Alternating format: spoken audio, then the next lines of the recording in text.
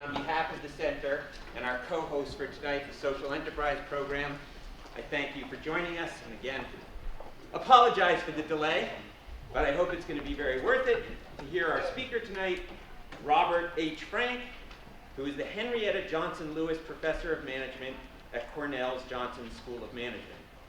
I am quite privileged to call Bob a colleague.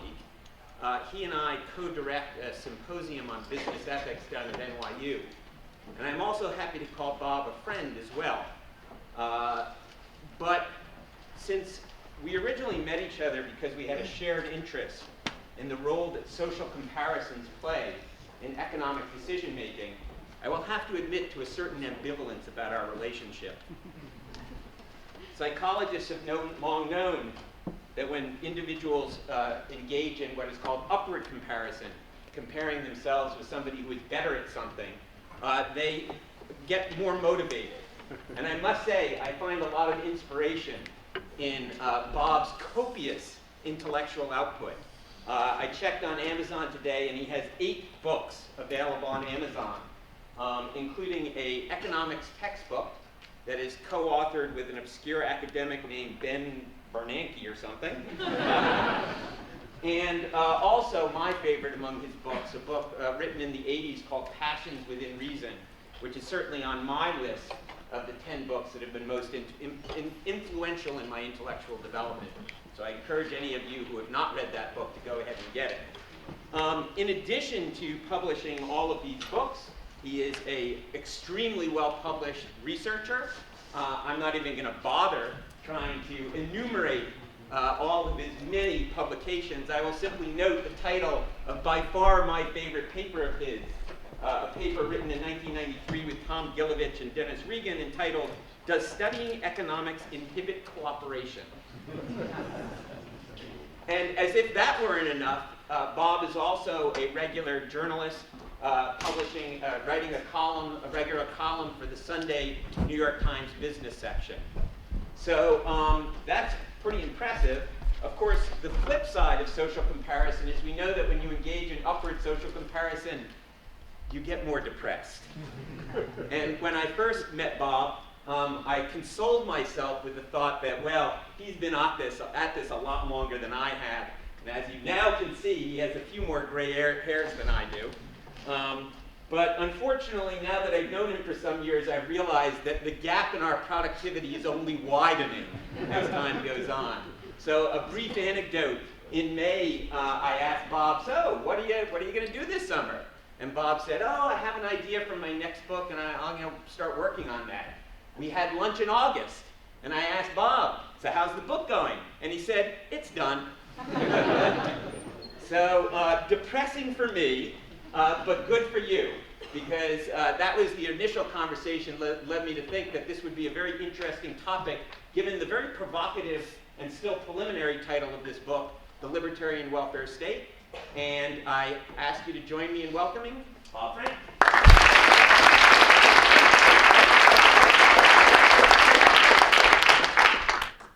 Thank you very much, Eric. Yeah, I'm a little frazzled. We got caught in the mother of all traffic jams on Interstate 80, which kind of got me to thinking about why I started on this project in the first place. It was really something to do in connection with infrastructure and deficits and the like. There's a report I came across. It was on the Department of Nevada, State Department of Transportation. They had estimates for what it would cost to fix a 10-mile stretch of I-80 that runs through Nevada there. And lots of the road are in disrepair. If they would fix it right away, get working on it now, it would cost some $6 million to get the 10-mile stretch back into good working order. If they waited 2 years, just 2 years, the estimate was it would cost $30 million. Apparently the frost heaves a lot more deep stuff out of the roadbed, and they've got to dig deeper and replace a lot more. So fix it now, $6 million, 10-mile stretch, fix it in 2 years, $30 million. Okay, it sounds like the sensible thing to do would be to fix it now. We're not going to fix it now. Why? Because fixing it now would require that we borrow money and run up the deficit, and that's not acceptable. So this book is really about a lot of slogans that have sort of crept into the political discourse. I don't even know if slogans is the right word, but the beliefs that have kind of paralyzed conversation about what we ought to do. They've blocked a lot of very sensible policies and actions that we ought to be taken because they're not permissible. They're politically unthinkable. That's the alternative title that we're thinking about now, politically unthinkable. Why is it that the thing that would obviously be the smart thing to do from every perspective, why is it politically unthinkable to do that thing? There's a long list of such things. There's a set of low bridges on the rail corridor that links the capital with New York and Boston. You can't get double-decker containers on trains to go under those. The clearances aren't high enough. It would cost about $6 billion to alleviate those bottlenecks. The benefits immediately would be $12 billion. We would have to borrow money to do it, but we can't do that because that would increase the deficit. But wait, if we spend $6 million and we gain $12 million, we're not impoverishing our grandchildren. That's what people say they're worried about. That can't be what they're worried about, impoverishing our grandchildren, because it wouldn't impoverish our grandchildren. Is it the belief that we're not going to ever fix I-80? I can't believe that's what anyone seriously maintains. If we're going to fix it, we ought to fix it now and not wait for 2 years to fix it. The interest rate on the money we'd have to borrow to finance the project is lower now than it will ever be, lower than it's ever been almost in modern times. The people who know how to fix it are sitting idly by on the sidelines. The equipment you need to fix it is sitting idle in yards all around. The materials you'd need to buy are cheaper than they'll ever be in world markets. We can't do it because that would increase the deficit. It's sheer lunacy. A lot of it's coming from new political movements that are springing up, the Tea Party among them. A friend of mine remarked that the Venn diagram, the diagram geometrically that shows the intersection of sets of interest, the Venn diagram showing the set of issues Tea Party members are angry about and the set of issues that they're confused about would be a single circle, meaning that they're one and the same thing. But they've got their slogans and they repeat them endlessly. Where did they get these slogans? This is David Koch. A lot of you probably read Jane Mayer's piece in the New Yorker. David Koch and his brother are the owners of Koch Industries. They're multi-billionaires. They have funded the Tea Party since its inception, although they disclaim having done that. The Tea Party is learning from Koch Industries what it should be against. Koch Industries has an interest in many of these issues. They produce a lot of heavy toxins. They're in the energy industry. They pollute the air. They spill oil all around. They have a very keen interest in not being regulated, and that's what the Tea Party wants. They want to get the government off our backs, off Koch Industries' backs. They've spent, according to Jane Mayer, more than $100 million in recent years to finance the basic message that government is the problem. We can't let government grow any bigger because that's going to foreshadow the end of the American way of life as we know it. Before Koch, there was Richard Mellon Scaife, another several $100 million, all financing right-wing slogans and memes. Before Richard Mellon Scaife, heir to the Mellon Foundation, there was the Olin Foundation, over $300 million to finance right-wing think tanks and judges' seminars to instruct them in the virtues of unregulated market economies and the like. So there have been a lot of slogans put out there, financed with a lot of money, and that's had an effect. I'm skeptical of unitary causes of anything, but I think it'd be a mistake to overlook the impact of all this money that's been spent. I'm always interested, as an independent-minded person, I always thought, to read up on studies that call into question just how independent-minded I really am. The brain is a machine. It responds to stimuli in mechanical ways. I don't know if any of you set your watches ahead. I do. I set mine about 10 minutes ahead. So if that were my watch and it said 10:10 and you asked me what time it was, I would know in a heartbeat to say 10 o'clock. I can do X minus 10 in my head. I know what time it is. It's not fooling me in any rational sense, but I've discovered from trial and error that if I don't set my watch ahead, I'm less likely to get where I'm going on time. Well, why would that be if I know what time it is? It's because I think, my neuroscientist co-author won't confirm this conjecture, but she's cantankerous anyway. I said I think it's because the image that I see on the watch goes into my brain through multiple neural pathways. And one of them routes through the part of the brain that says X minus 10 and does that just fine. But other parts go to the hippocampus, the amygdala, I don't know where they just create a little jolt of agitation. Hey, you're supposed to be somewhere. And that gets me out of my seat a little quicker than if I had my watch set at the right time. So seeing is believing is a sort of way to think about that. There were the wonderful experiments by Kahneman and Tversky. They asked subjects what fraction of African nations belonged to the United Nations. These were subjects in America, so of course they had absolutely no idea what the fraction was.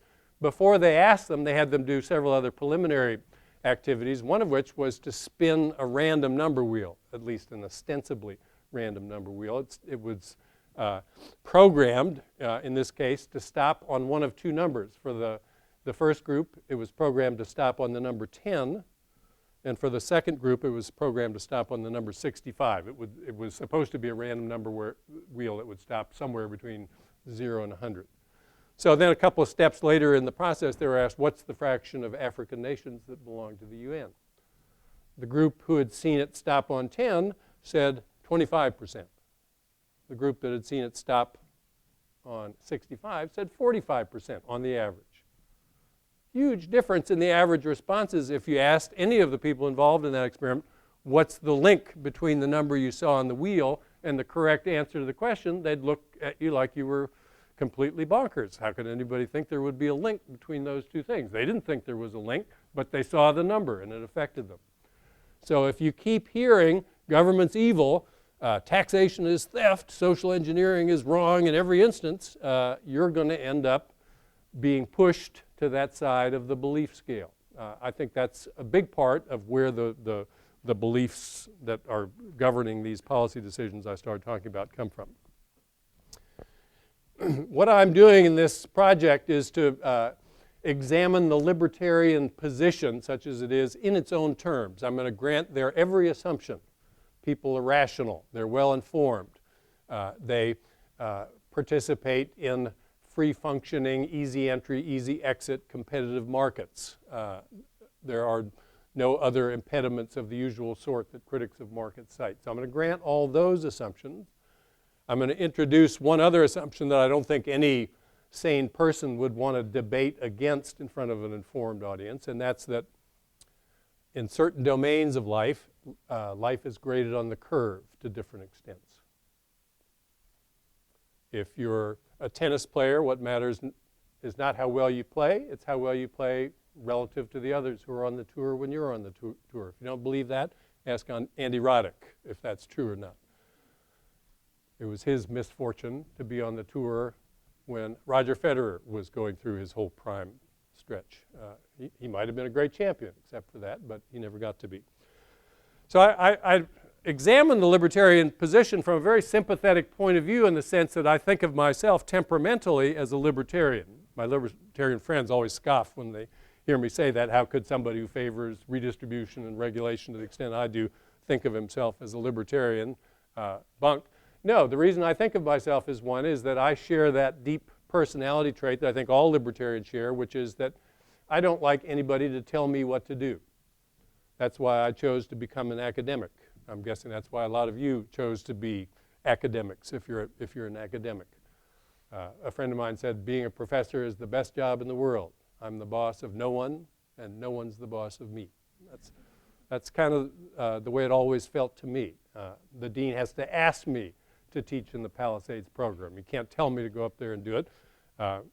Maybe bad things would happen if I said no. I don't know, but at least it's my illusion that I have some choice in the matter of whether to do it. I read John Stuart Mill when I was in high school, and I responded very warmly to his basic premise that the only legitimate reason to rein the individual in, to tell him he can't do what he wants to do, is to prevent harm to others. You can't do it for his own good. I said, yeah, that sounds right to me. Now, Mill, of course, wasn't a libertarian, although notice how quick libertarians are to cite his harm principle when it works in their favor, when they're trying to prevent the government from acting in some way. They're quite quick to cite Mill's harm principle with approval. I argue in the book that you've really got to buy into Mill's harm principle in a more wholehearted way than that. You're not free to walk away from it when it suits you if you really want to maintain the illusion that you care about people's freedom. If you care about people's freedom, you've got to buy into the harm principle in a fundamental way, or else you stand there willing to assert that I'm free to do what pleases me, even though it doesn't benefit me by much, and even though it causes enormous harm to other people. Who would join an arrangement like that freely? If you want to claim the right to do that, how would you get anybody to play in your club? So you just want to assert a right to do that? I think you really have to think seriously before you walk away from Mill's harm principle, in other words. Okay, so my claim, one of them at least, is that on any reasonable understanding of what harm to others means, the institutions of the modern welfare state are not only consistent with Mill's harm principle, but actually required by it. Now, where do the libertarians start off believing that we don't need any of this superstructure of society? I think it's because they have what I'd characterize as an uncritical faith in the so-called invisible hand mechanism. I'm a big fan of Adam Smith. I can't pick up The Wealth of Nations and read any random page without being filled with wonder at how much he saw and appreciated against the backdrop of his time. What a brilliant, insightful person he was. And the invisible hand idea itself is an incredibly rich idea. Selfish people seeking only their own ends will, through no intention of theirs, create enormous benefits for society as a whole. I think the simplest example that resonates is the idea of the cost-saving innovation.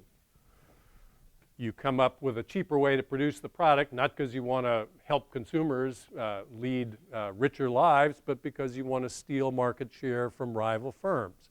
And that works. You offer it for a slightly lower price, everybody switches to you. You make lots of money.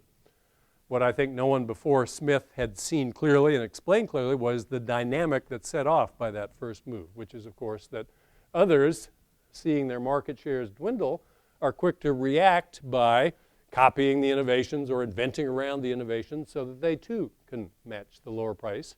And when the dust settles, what happens is that consumers are the ultimate beneficiaries of all that churning. They get better products at lower prices. Firms don't make any excessive profits. They compete their profits away, and all is well in the world. It's a totally remarkable insight, and all the more so because there were so many smart people before Smith who never stumbled upon it. Where was Aristotle? You know, he never thought of this. So full credit to Smith. And also let me say that Smith was never an uncritical believer in the invisible hand, the way I think many of his modern disciples have become. He thought it was interesting that you often got good results from selfish behavior. He didn't think you always did. He was actually quite concerned about market imperfections. In his famous passage, he wrote that people of the same trade seldom get together on even social occasions, but that the conversations turn to conspiracies to defraud the public in some way. He was quite skeptical about the perfection of markets. Modern progressives, I think, are in the Smith tradition. They see that markets yield outcomes they don't like, and they explain them by saying there's not enough competition.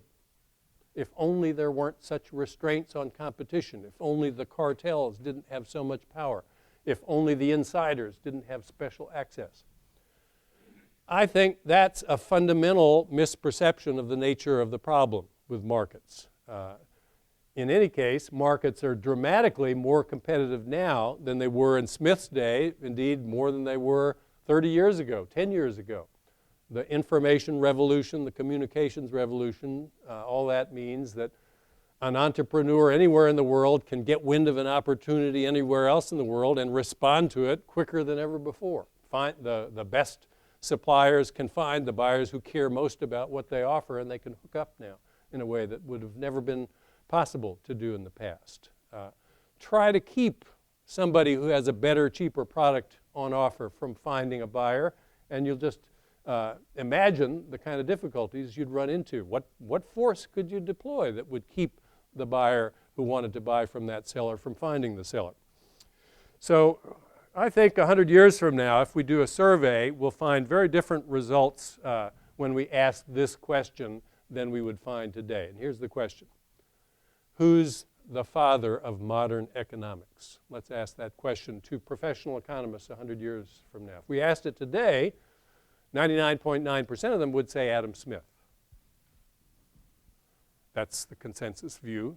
I think 100 years from now, it won't be quite as big a response, but it won't be a response majority for Adam Smith anymore. It'll be, I think, a plurality, at least, for Charles Darwin. Most people don't think of Charles Darwin as the father of modern economics. Why do I think he'll eventually be called that? It's because I think he had a much more general understanding of the competitive process than Smith did. And where the two differ, and they do in major areas of the economy, it was Darwin's view that was spot on and not Smith's. Darwin was studying competition among members of species for resources so they could survive and proliferate. It's the same basic idea, though, as the competition among firms for space in the marketplace.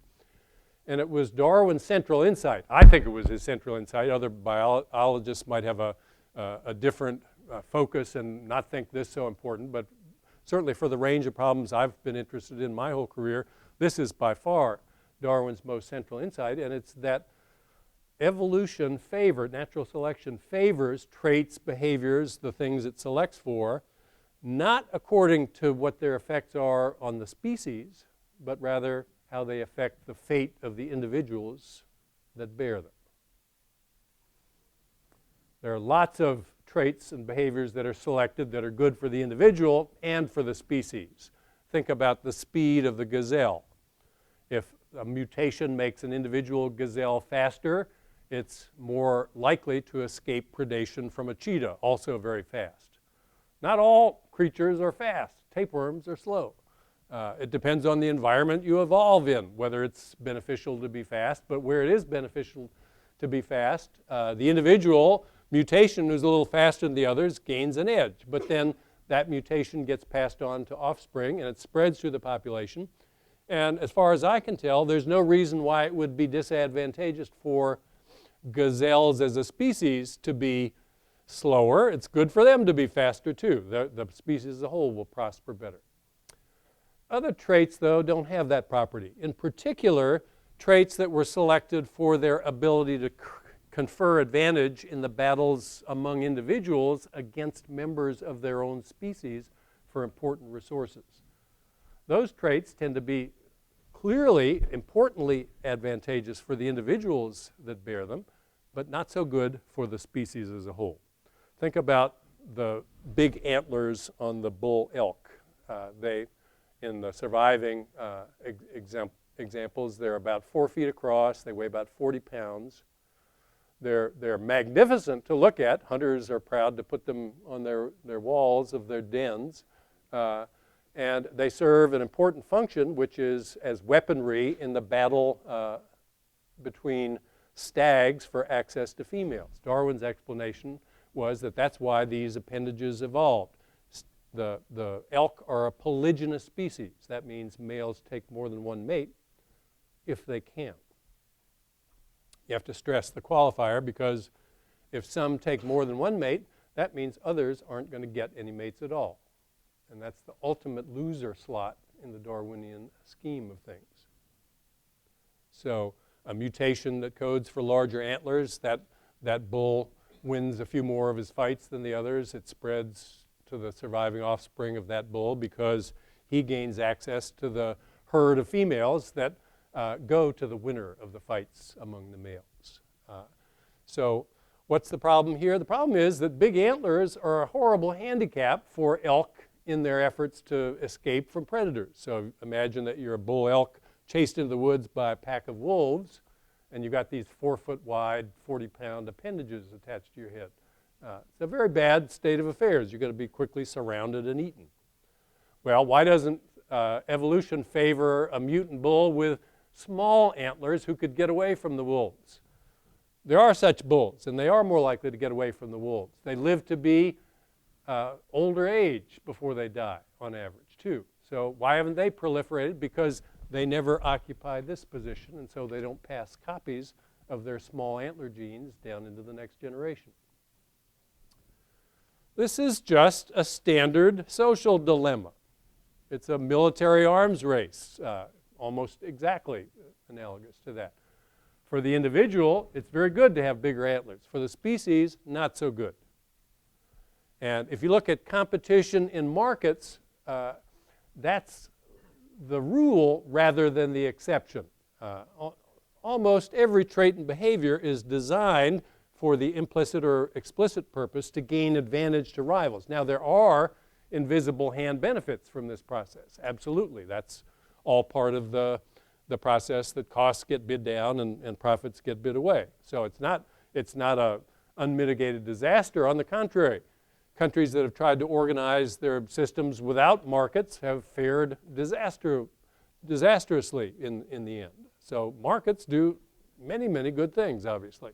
But to understand why they go awry, you're on the wrong trail if you think it's because there's not enough competition. The real reason is that certain aspects of competition lead to inefficiencies in the same sense that military arms races are inefficient. So where do my libertarian friends and I part company?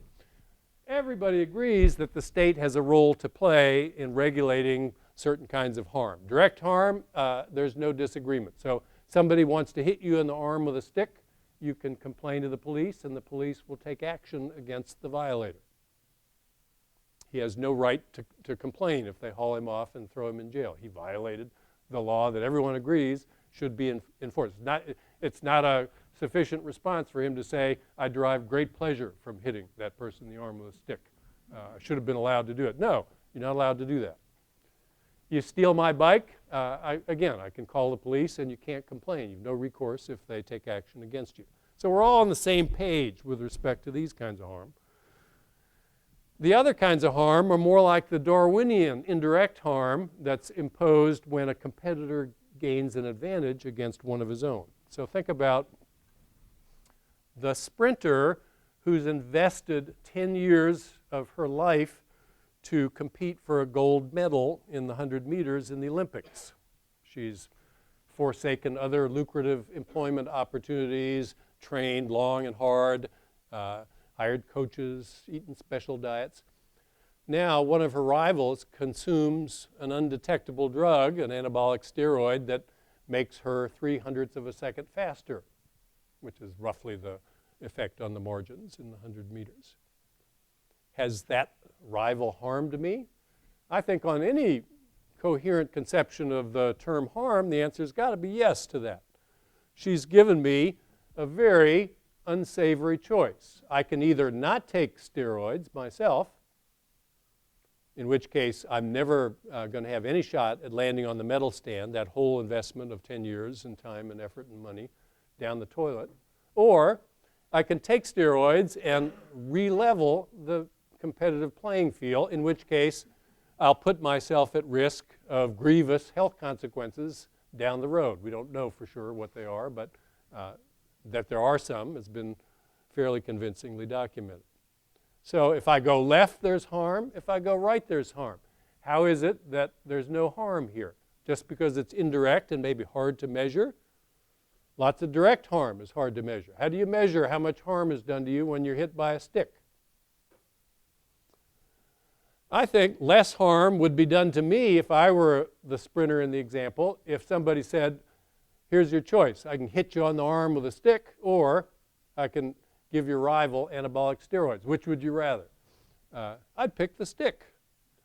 Economists would say, all right, how much would you pay to avoid being hit by a stick? Yeah, and the number would be a number I could report. It would be more than $5. It would be less than $1,000. It would be some number. But then it'd be a bigger number when I was asked the question about how much I'd pay to avoid getting in this arms race with the steroids. Harm? There's harm there. What's your argument if you say there's no harm? Libertarians will say to me, a person has a right to put whatever she wants to into her own body. Okay, if you're living on an island and you want to eat rat poison, I would be the first to agree with that. It's your body, eat it. But you're not on an island. You're in a social matrix here, and others have goals that conflict with your goals, and to the extent that you inhibit them from achieving their goals in ways that create no benefit, if everybody takes steroids, everybody faces health risks, nobody's better off. What's the point? I have a right to harm others, even though in the equilibrium that results, there'll be no gain to anyone. What a strange claim to try to get up and try to defend. There's a group I call the movement libertarians. There are many wise libertarians, people I respect and like to engage with. Then there's the group I call the movement libertarian. This is the Tea Party, the people who are just not paying attention. Speed limits, illegitimate. You want to drive 95 miles an hour in front of a school? That's your right. The state has no right to interfere with you. Banking regulations, illegitimate. I own my own business. I can run it the way I want. Never mind what harm you might cause to the system. Congestion fees. When you get on a congested roadway, you harm others. You make it take longer for them to get where they're going. A congestion fee seems like a reasonably expeditious and unintrusive way to get you to take that harm into your thinking, into account in your thinking when you decide whether to get on a congested roadway. But no, that's social engineering. Per se, illegitimate. Politically unthinkable. Taxation is theft. This you'll hear repeated by even mainstream libertarians. All taxation is theft. It violates Locke's principle of property. Imagine a world without mandatory taxation. What would that world be like? Well, you wouldn't have a government. You wouldn't have private property rules enforced. There wouldn't be much wealth to protect in a society like that. You wouldn't have an army. You'd be invaded by a country that had an army at some point, and then you'd pay mandatory taxes to that country's government. So all taxation is theft. Yeah, it sounds good, but it's stupid. It's completely a vacuous slogan. You got to tax something. What should we tax? Whom should we tax? How much should we tax them? That's a conversation we need to have. You can't have that conversation in the United States of America today because the moment you breathe the word tax, they'll say, Frank thinks he knows how to spend your money more wisely than than you do, or he thinks the bureaucrats in Washington know how to spend the money the money they're taking from you by force more wisely than you'd spend it yourself. That's such a stupid thing to say. We need private consumption. We need public consumption. I'm here late because we didn't spend money to fix I-80. What's the gain? We sat there for a full hour, not moving one bit, because some little part of the road had collapsed off the edge because we didn't fix it. We're trying to save money, trying to keep tax rates low. That's not a savings. That's a net increase in cost when we do that. Let me say briefly what this isn't about. Most people know of the very nice book that my former colleague Dick Thaler and his then colleague Cass Sunstein published in 2007, Nudge. This was sort of an analysis of the behavioral economics message about how government policy can improve people's life and well-being. And it's really a lot of very valuable lessons drawn from one slice of behavioral economics. There are two slices. I once taught a course in the 80s on behavioral economics. Maybe it was even the first course in behavioral economics in an undergraduate setting. And I split the reading list up into departures from rational choice. That was the title of the course. First part, with regret. Second part, without regret. So the with regret part was the cognitive errors literature, the fact that you can show that people make decisions using heuristics and rules of thumb. They work pretty well much of the time. You push them into a corner, though, you can get them to make reliable, systematic mistakes. This sort of springs from the work of the late Amos Tversky and Danny Kahneman, who survived out of that pair to win the Nobel Prize in 2002. Brilliant work. Tversky liked to say, he was a Stanford psychologist, my colleagues, they study artificial intelligence. Me, I study natural stupidity. He so had a twinkle in his eye about the mistakes that people made. And so Thaler and Sunstein argue that we can really make society better by arranging the environment so you're less likely to make mistakes. So put the healthful foods at eye level and within easy reach in the school cafeteria. And they're hopeful that this approach, which they call libertarian paternalism, will be a third way forward. We hope that the general approach might serve as a viable middle ground in the unnecessarily polarized society. I think that's an overreach. I don't think most of the things government's concerned with are preventing people from making mistakes in their lives, although I completely agree that it would be useful for the government to adopt virtually all the recommendations they make. That would not eliminate any of the contentious debate that goes on in society. We're not having contentious debates about whether 401ks ought to be the default option or opt-in. It would be good if they were the default option, but that's not the contention. Here's the issue where I think the differences in the with regret and the without regret approaches in behavioral economics show up. So Sunstein, I'm sure, wrote this passage. Occupational health and safety regulations impose flat bans, and they undoubtedly do hurt some people. Such laws do not permit individual workers to trade their right to what the government considers to be a safe work environment in return for a higher salary, even if sophisticated and knowledgeable people might like to do that. The safety laws do tie your hands in that way. That's correct. But would it be sufficient just to give people more information to make better choices about safety? They believe that people, if they had the facts, would choose correctly. I don't think that's the essence of the reason we regulate safety. Which is more dangerous, to be a driver, sales, delivery person, or to be a roofer? Any idea, if you were trying to choose between those two jobs and wanted to be safe, which one would be the riskier occupation? You suspect it's a trick, I imagine. But most people would estimate that it's the roofer who's at the greater risk, because it's easy to imagine, to summon sort of images from memory of violent deaths from people falling off high places. In fact, it's a little more dangerous to be a delivery worker because auto accidents are so much more prevalent than people falling off of roofs on a per capita basis. Just posting that information wouldn't eliminate the need for safety regulation, in my opinion. I think the problem is much more fundamental, and it's not a question of there being not enough competition, of workers being exploited by firms with market power, or of people making mistakes when they choose their jobs. They know just what they're doing. It's that what they choose to do as individuals adds up to a very bad picture for society as a whole.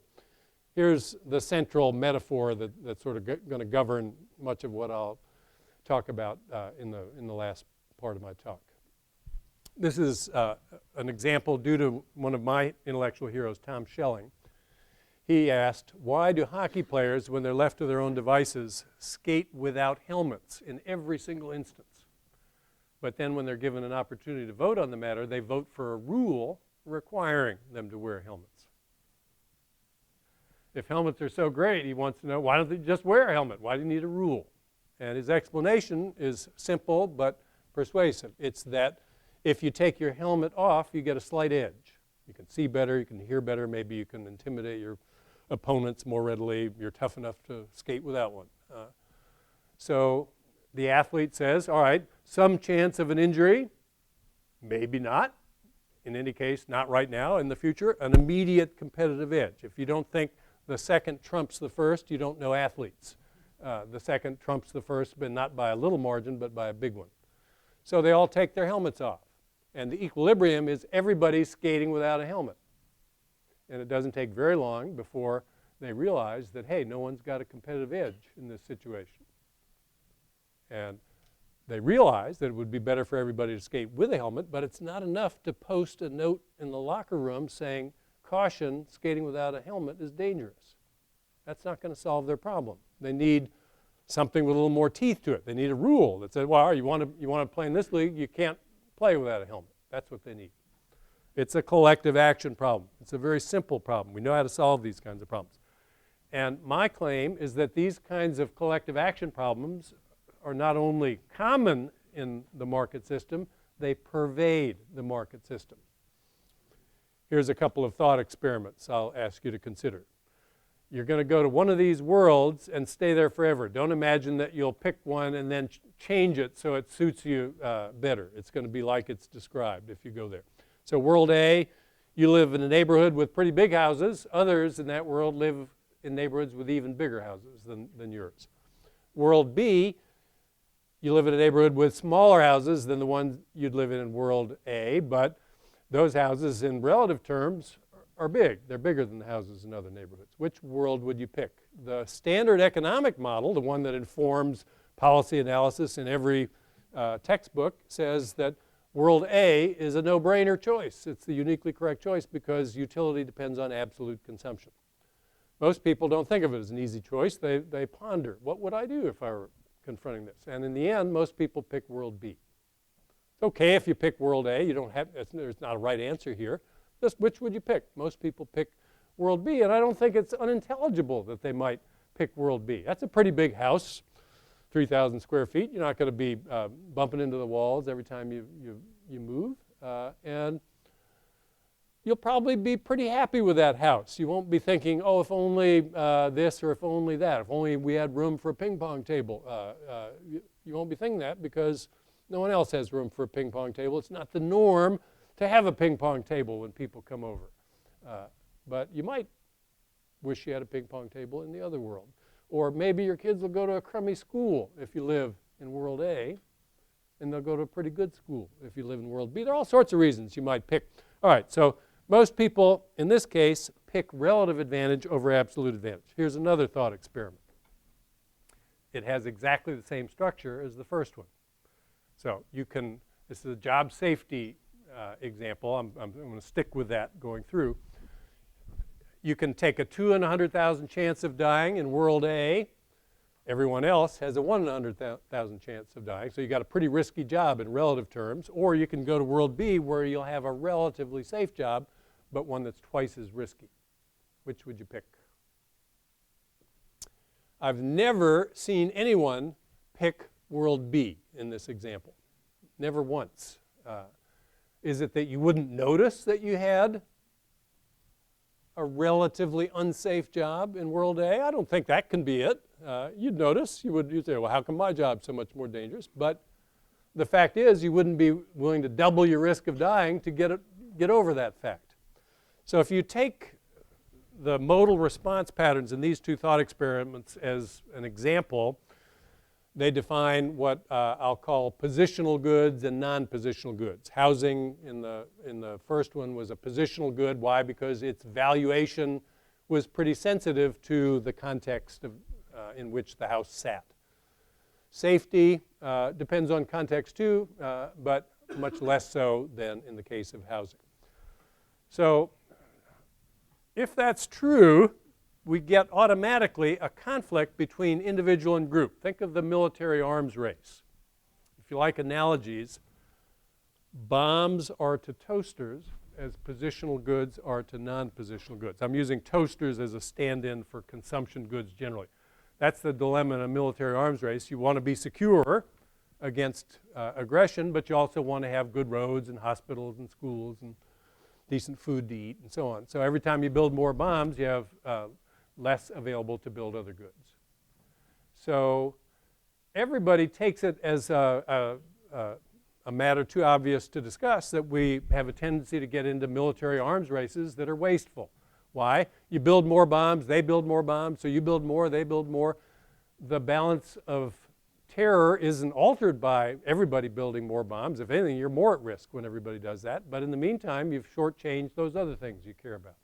It would be better people say, if we built fewer bombs and had more resources for other things. That, I take as completely uncontroversial. There are circumstances where you might not want to sign an arms control agreement. Maybe you think you can beat the other guys if you have an arms race. Maybe you think you can't enforce the agreement. There might be practical reasons of that sort to worry about. But if you're closely matched and you think you can enforce the agreement, it would be completely coherent to say, I want to sit down and meet with you to discuss limiting the amount we spend on bombs. That's totally rational. If a libertarian then said that violates the individual nation's freedom to decide on its own how many bombs to build, what a strange objection that would be. It does do that, but that's the whole point. That was the point of the agreement. They know that if they're able to build as many bombs as they want to build, they'll build too many bombs. The hockey players know that if they're free to choose for themselves whether to wear helmets, they won't wear them. So freedom has a more complex meaning in the context of collective action problems like this. Are you robbing the hockey player of his freedom by letting him enact a rule that says he has to wear helmets? It's a strange conception of freedom. The reason we have a military arms race is that context matters more for bombs than for toasters. Suppose it mattered the same for each. So to build more bombs and get ahead on that dimension, you'd have fewer toasters than they do. And then you'd say, oh my God, we've fallen behind on the toasters dimension. We got to liquidate some bombs so we can catch up there. You can't have both things too much. It's either too much of one, too much of the other, or just right. If they were both equally context sensitive, there would be no arms race. There is one only because context matters more for armaments than for consumption goods. If we have fewer bombs than they do, that's fatal. If we have fewer toasters than they do, we can get over that. It's not such a big deal. If you think context matters more for some goods than for other goods, which the evidence is quite clear that it does, then you get an arms race in the consumption domain.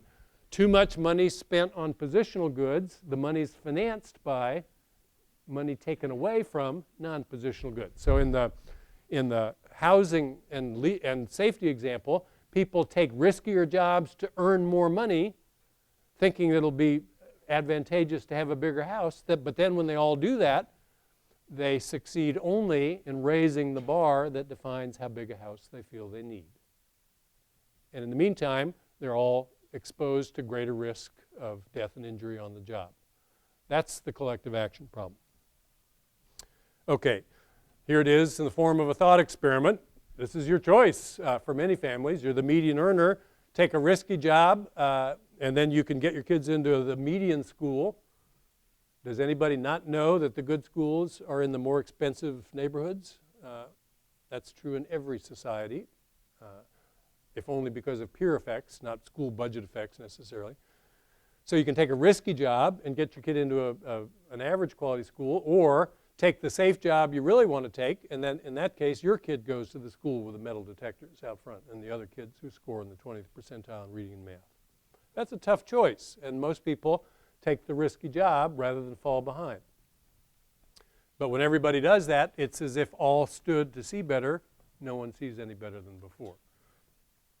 The end result is simply to bid up the prices of the houses in the more expensive school districts.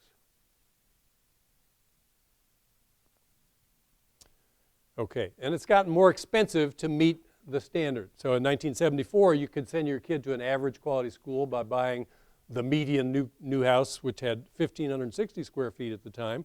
2007, more than 2,300 square feet. Why is it so much bigger? It's not because people have more money in the middle in 2007.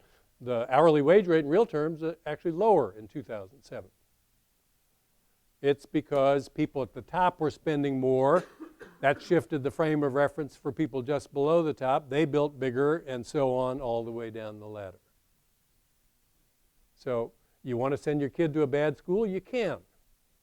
And you won't have to go into debt. But if you want to avoid that outcome, you've got to pony up much more than in years past.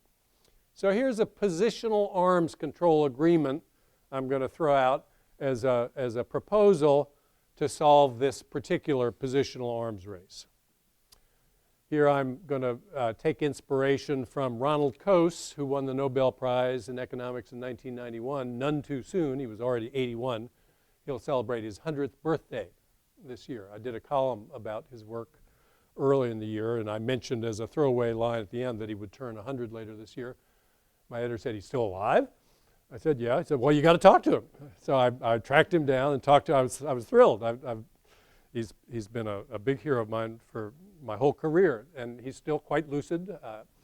He said his assistant had told him I would call, but he didn't remember what it would be about. But he sounded quite cheerful about that, but he was very, very much able to follow the conversation we had in detail. Here was his insight in the famous 1960 paper, still the most widely quoted paper ever published in economics. Externalities are reciprocal. If we allow the doctor to shut the confectioner down. Let me tell you what the basic problem was that motivated his thinking. There's a confectioner. Do you know what that is? Many of my students don't know what a confectioner is. I tell them it's a candy maker.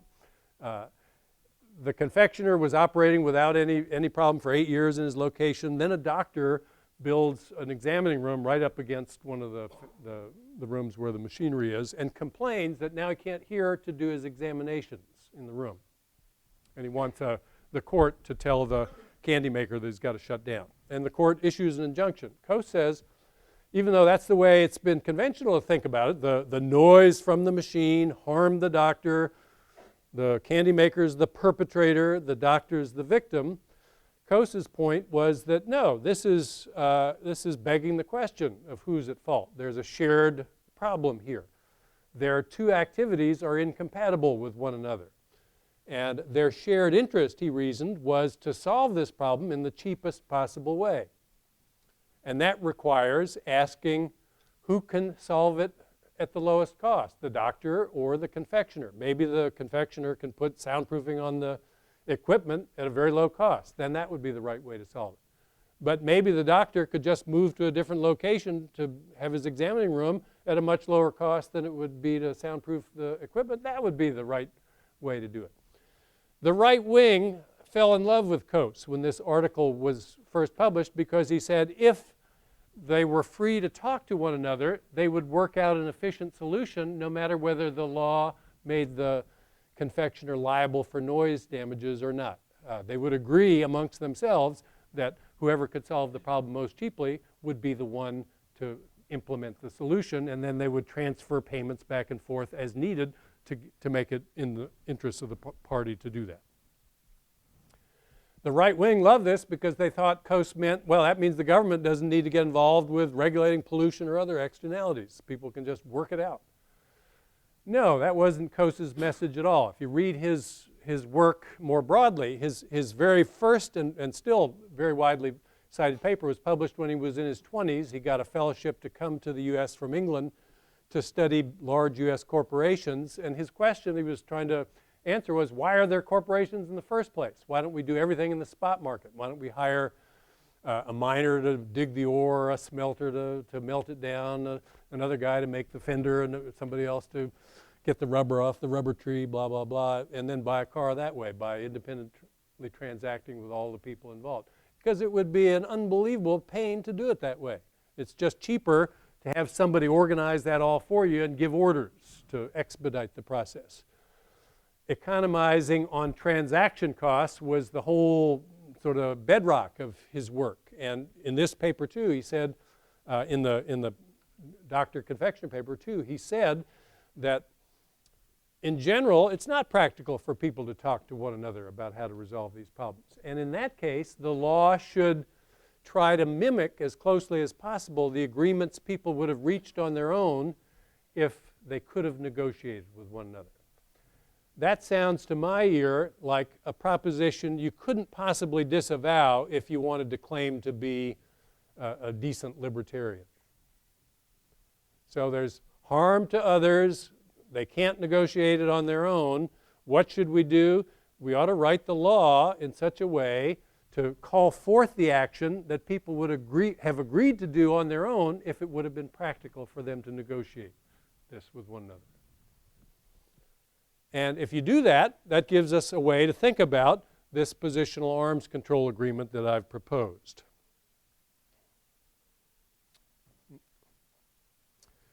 So remember, it's going to be a safety regulation. We're going to say, you want to sell your safety? Well, beyond a certain point, you can't.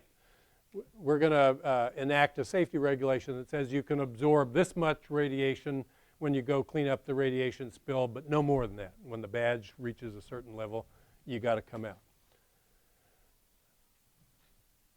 That's what the proponents of the safety regulation want. The opponents say, no, we don't think the government should tell us what to do in that way. We think we have the right to decide for ourselves how much radiation we should expose ourselves to. All right, so here's an example where each side has a legitimate claim it's pressing.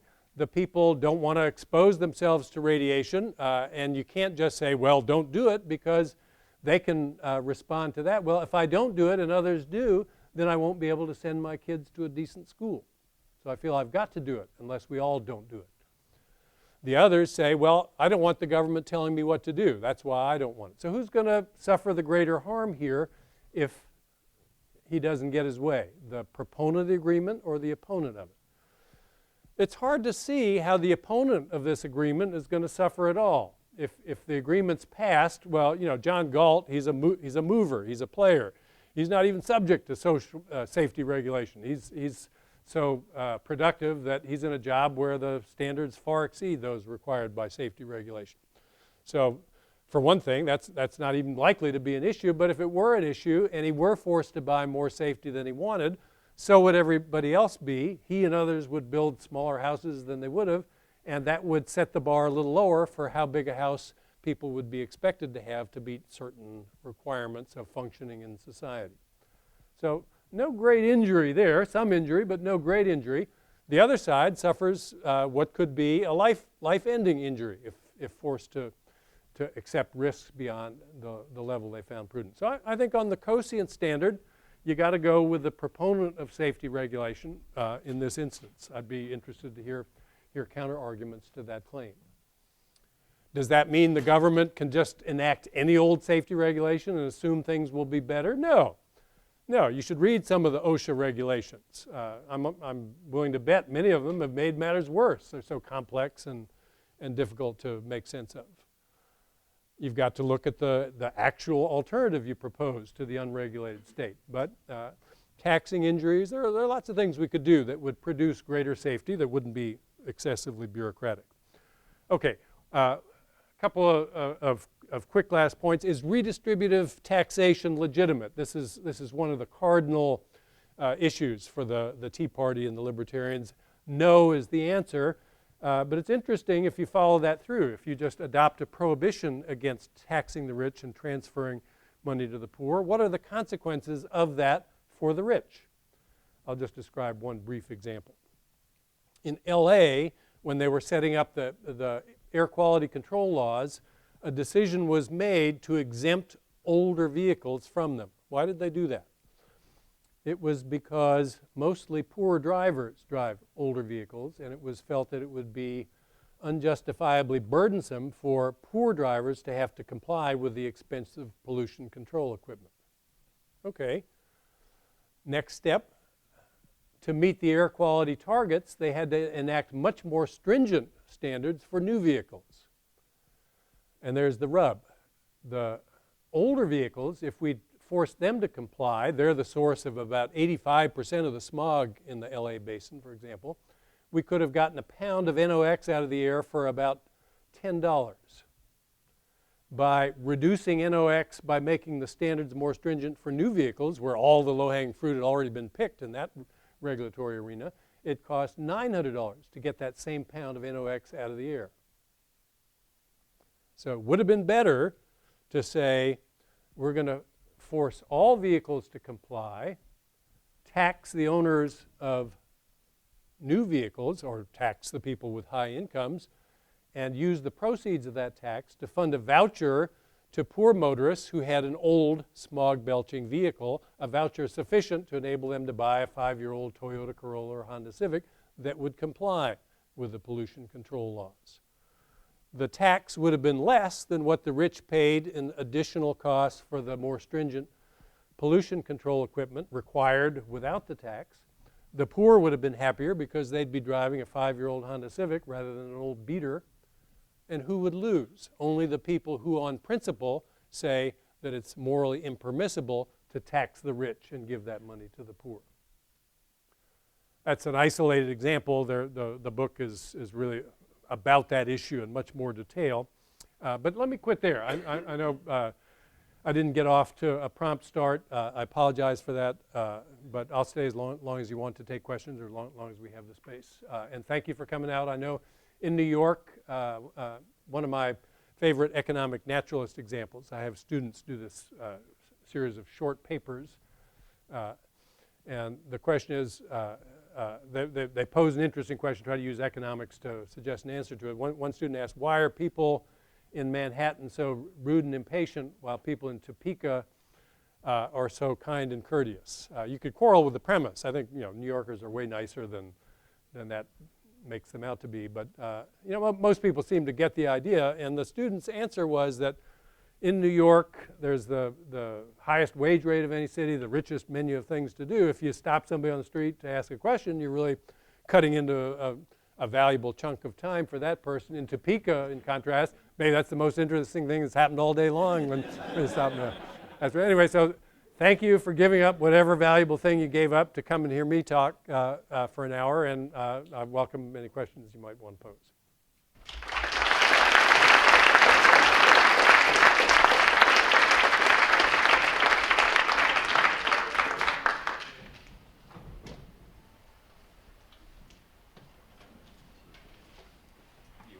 I'll be happy, yeah. Why grant libertarians all this assumption? Repeat the question. The question is, why am I so eager to grant the libertarians their core assumptions?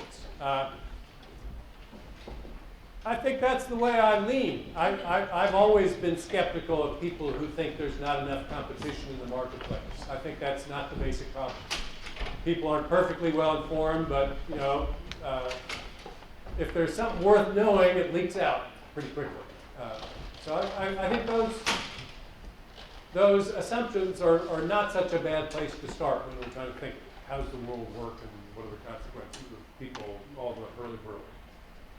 It seems like the hockey helmet example is very different from the actual problem that is being argued over. It seems that the issue is more, if I work in some job where I need a $25,000 safety suit in order to do the job, and I would be happy to do the job without the suit and pocket $15,000, that seems to be the situation you're in. A hockey helmet costs $100 or something like that. So there's no real ability for the player to want to negotiate with the NHL to not wear a helmet. If the NHL had to pay $100,000 to put a helmet on each player, it seems like you'd have a very different situation. No, I don't think so. I think what's salient there is the source of the competitive advantage. In the one case, it's money. The money I get from taking the risky job, that's what gives me a competitive advantage in the domain I care about. The cost of the helmet is trivial, as you point out. That's not involved. It's taking the helmet off and exposing myself to the risk. I don't get money for doing that. I get a competitive edge for doing it. But how many businesses are there other than sports? I mean, if I'm working at a factory, I don't really necessarily see how I would get a massive competitive advantage off of not having to wear my safety vest that I would care about. I mean, unless I'm being paid. I mean, this is a well-studied issue. The more risk you take on the job, the higher you get paid. And if you're trying to move into a better neighborhood and you're on a tight budget, little increments in salary are very attractive to you. But it seems the fact that I get a risk premium for working a riskier job doesn't seem related to the fact of, if I'm working in a factory and I really dislike some particular safety thing that it also costs my employer a lot, it doesn't seem like I'm trying to get an edge on all of the other workers. On some level, perhaps, I'm competing with all the other workers, but it doesn't seem like a factory worker is competing with his coworkers in the same way an NHL player is competing with other NHL players. He's competing with others for positional resources in society. And there are people who don't have kids at all. They don't care about a house in a good school district. It's not a universal example, but you want an apartment with a view. There are only so many. And who's going to get them? You don't predict who will get them by knowing absolute income. You need to know relative income who will get in the back. So in the examples, it seems like there's sort of a fixed pie to divide. In many of the contexts, actually, the pie isn't fixed. So So one could imagine actually instead of hockey, think about kind of football and the debate about sort of what kinds of hits we're going to allow. And the challenge is at some point football actually becomes an uninteresting sport if you take away the violence. It's sort of the same thing with boxing. And therefore there are fewer fans, and in essence you create lower utility overall. The same thing one could argue in trade-offs about safety, which is at some level the factory isn't, if we got rid of all this, the factory wouldn't be able to produce at all. So there is sort of this trade-off of the size of the total pie, which presumably goes into these calculations and makes it a little more complicated than I think some of the examples. Doesn't mean that the trade-offs you're pointing out aren't also there. No, in the safety examples, the pie does get bigger in one dimension when you leave the guardrail off the lathe. You don't have to use the resources that were necessary to make that guardrail. But the pie doesn't get bigger if the resulting increase in risk has a value to is a cost to the worker that's greater than the value of the resources that would have been required to make the guardrail. But the value of that total pie is in many of these examples an important Oh, I agree. decision. And it's never been my claim that people care only about relative income or relative reward. Some people have written as if that's true. I don't think that's true at all. I think both relative position matters and the absolute amounts matter too. Nobody would want to go back 2 centuries and if you had 5 kids, 3 of them would die before they got to be 10. There's a huge gain we've reaped from having more absolute income. And so, and you sort of answered this a little bit with your response to the last question, but what if someone wants to go work in an unsafe factory or relatively unsafe and make $15,000 more because he wants to buy a toaster and a television or something because he's going to enjoy the television and he really likes toast, not because he wants to have a bigger house than the next guy and he wants to send his kids to a better school than the next guy and he wants to feel good about how he's the best guy on the block. I think if the only reason people were motivated to do these things would be so they could feel better than the next guy, I would say let's be hands off on this and just tell them get used to it. If you don't like somebody having a better toaster than you, and that's the only problem you got in your life, you're doing okay. It's that you're not really, I think, willing to take that cavalier posture toward the parent who says, I'm not really willing to send my kid to the school with the metal detectors in front if I have any way out from that obstacle. And we can't really measure what people's motives are. You work with a broad brush. I mean, in the book, I don't propose trying to regulate any of this in fine grain. The central policy proposal in the book is to scrap the income tax altogether in favor of a much more steeply progressive consumption tax. The idea being that once you're consuming beyond $2, $3, $4, $5 million a year, the next thing you buy is likely to be very highly positional in nature. So you read about the $10 million coming of age parties in New York, mostly you see these. That in some circles, that's what it takes for people to feel that there's been adequate recognition that it's a special occasion. But if there were a steeply progressive consumption tax, people would have very powerful incentive not to spend so much. So some would scale back, others would scale back, and then it wouldn't seem like you'd failed to appreciate how important the occasion was if you spent only $2 million. That would be a good place to live. And you could save the money tax-free and not blow it all on parties just to prove you cared. There's a lot of inefficiency in all this churn. Kind of following up on this, is there I think I'm convinced, or this is like the safe assumption, would be that, that this system would be better than the existing one. But in terms of other alternatives, like say rather than, just enacting the safety regulations, so, you don't get into that arms race for good schools, there would just, decouple schools from, the quality of the area. It would make goods less positional. Yeah, that's a great question. Why don't we just solve this problem by taking people out of the race for access to good schools, make all schools equal?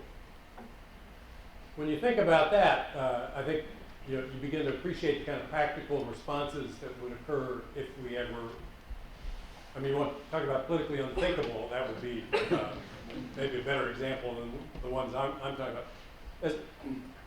as long as people with resources have the option of seceding from the current system, you can't do that, basically.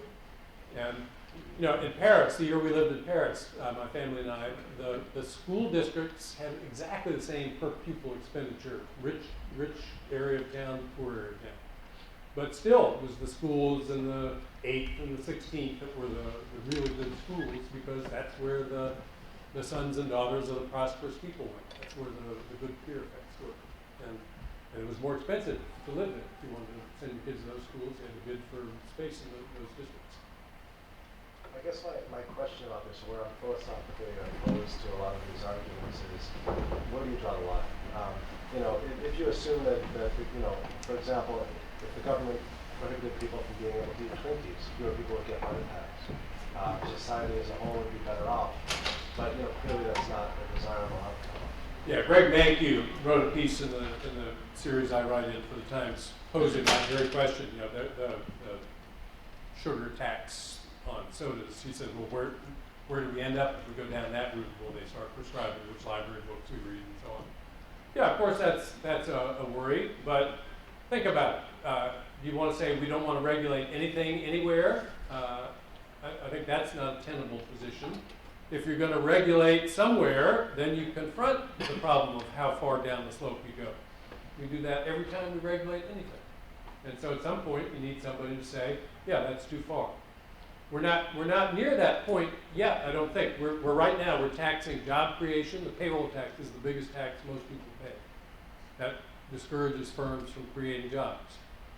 We tax savings. We have negative savings rates in the years leading up to the financial crisis. That was one of the contributors to the financial crisis. Taxing savings makes no sense at all. We should be taxing things that cause harm either to self or others. CO2 could raise a lot of revenue taxing CO2, taxing congestion. That wouldn't make the economy grow more slowly. It would make the economy produce more valuable items. So if you want to say don't tax Twinkies, I would say, what, you'd rather tax payrolls? You know, if you want to shift, every time you tax something that causes harm, that's $1 less you need to raise from one of those taxes on useful activities. And sooner or later you get into stuff you shouldn't be taxing, I agree, but we're not there. I've heard that it costs about $20,000 per student every year to teach a kid in New York public schools. So under this redistribution, wouldn't it be cheaper just to pay the parents to teach their kid? I mean, $20,000 a year. That seems awfully high, yeah, I don't know. So I don't have any. is that an example of redistribution aversion, so to speak? So what's the question? Should we? I mean, the voucher system would be in effect a way of moving to that outcome. Give everybody $20,000 a year and say, you know, if you can show that you're homeschooling up to a certain standard, you know, keep the money. There would be other problems associated. Do you want to take? You take one. All right, last question. Sorry. Libertarians are a diverse group, and the caricature you sketched with, you know, no speed limits, no taxes, no coercion ever would run contrary to, say, canonical libertarians like Milton Friedman or Hayek that Yes. favored. No, I'm trying to be clear. Those were what I call movement libertarians. So when we're having an argument about what wise regulation looks like, why do I want to imagine your opponent is a Tea Party moron instead of, say, Richard Epstein? I'm going to debate Richard Epstein. I want my opponent to be Richard Epstein. But the Tea Party morons are driving a lot of votes. And I think it's important to look at what they say and ask whether it makes any sense at all. The answer is I don't think it makes any sense at all. That's a fair question. Okay, thanks so much.